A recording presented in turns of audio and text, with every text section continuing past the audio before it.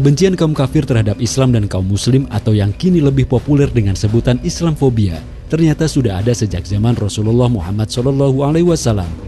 Selama periode di Mekah yaitu 610 sampai 622 Masehi, Rasulullah SAW dan kaum muslim menghadapi ujian yang begitu dahsyat dari orang-orang kafir Mekah. Orang-orang Arab jahiliyah ketika itu melakukan penganiayaan terhadap para pengemban risalah yang dibawa Nabi Muhammad SAW.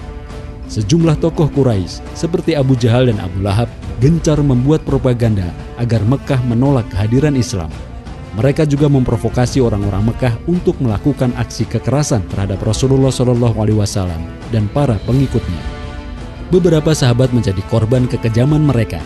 Sebut saja Ammar bin Yasir, Habab bin Al-Araj, dan Bilal bin Rabah.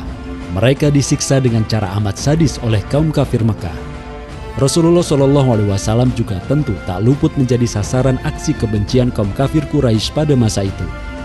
Dalam beberapa riwayat disebutkan, Nabi SAW pernah dihina, diludahi, bahkan disakiti oleh orang-orang yang memusuhi beliau. Namun selama berada di Makkah, semua perlakuan itu dihadapi oleh beliau dengan penuh kesabaran. Setelah Nabi SAW dan para sahabat hijrah ke Madinah, kaum kafir Mekah masih saja menunjukkan sikap permusuhannya terhadap Islam. Mereka terus berupaya merongrong kaum muslim dengan berbagai macam cara. Situasi semacam itu terus berlangsung selama beberapa tahun. Akhirnya, terjadi peristiwa Fatu Mekah atau pembebasan kota Mekah oleh kaum muslim pada 8 Hijriah atau 630 Masehi.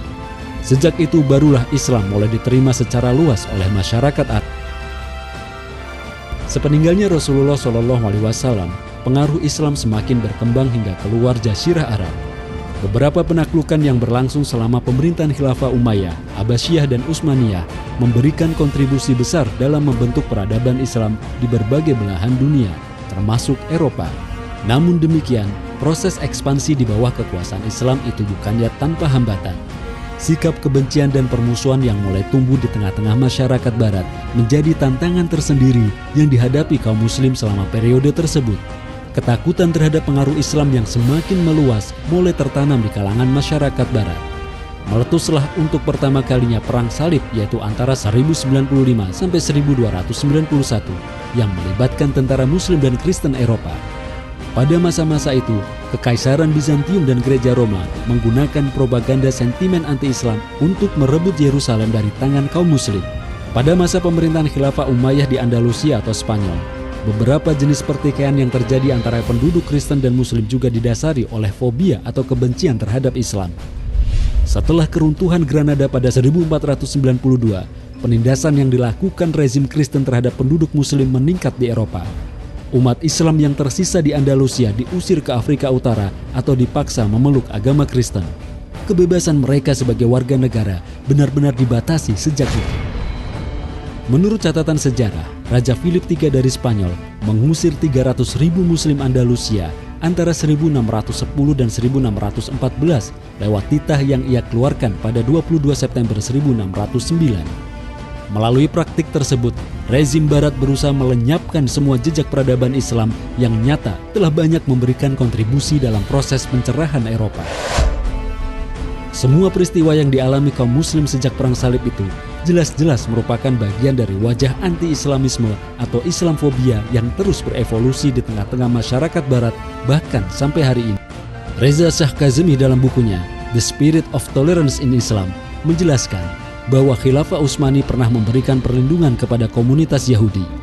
Seorang tokoh Yahudi terkemuka, Rabbi Ishaq Servati, pernah menulis surat kepada Dewan Yahudi Eropa Tengah setelah berhasil menyelamatkan diri dari persekusi di Eropa Tengah dan tiba di wilayah Khilafah Utsmani menjelang 1453 Masehi.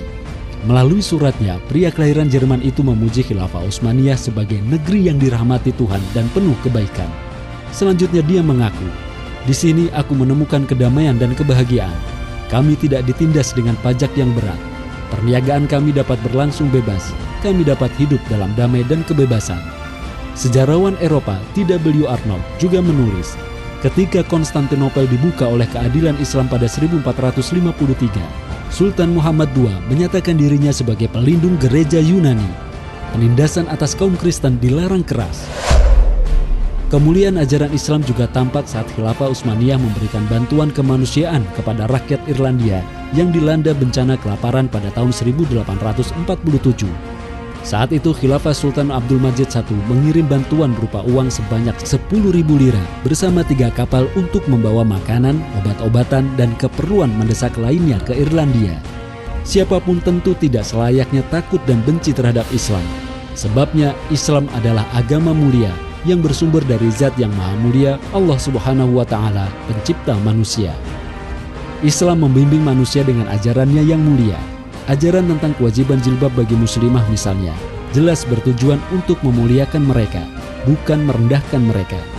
Islam pun memberikan perlindungan kepada segenap umat manusia. Bahkan jihad fisabilillah di dalam Islam yang sering dituding identik dengan terorisme, sesungguhnya tetap meniscayakan perlindungan kepada mereka yang tak terlibat dalam peperangan, seperti perempuan, orang tua, dan anak-anak. Sejarah Islam pun mencatat, sejak masa Rasulullah SAW dan era kekhilafahan, banyak berisi kemuliaan terhadap umat manusia. Tak pernah terjadi pemaksaan agama Islam kepada non-muslim, apalagi aksi genosida terhadap kalangan di luar Islam. Sejarah menyaksikan, khilafah sepanjang sejarahnya justru menjadi payung kebersamaan untuk berbagai agama. Wallahu a'lam bishawab.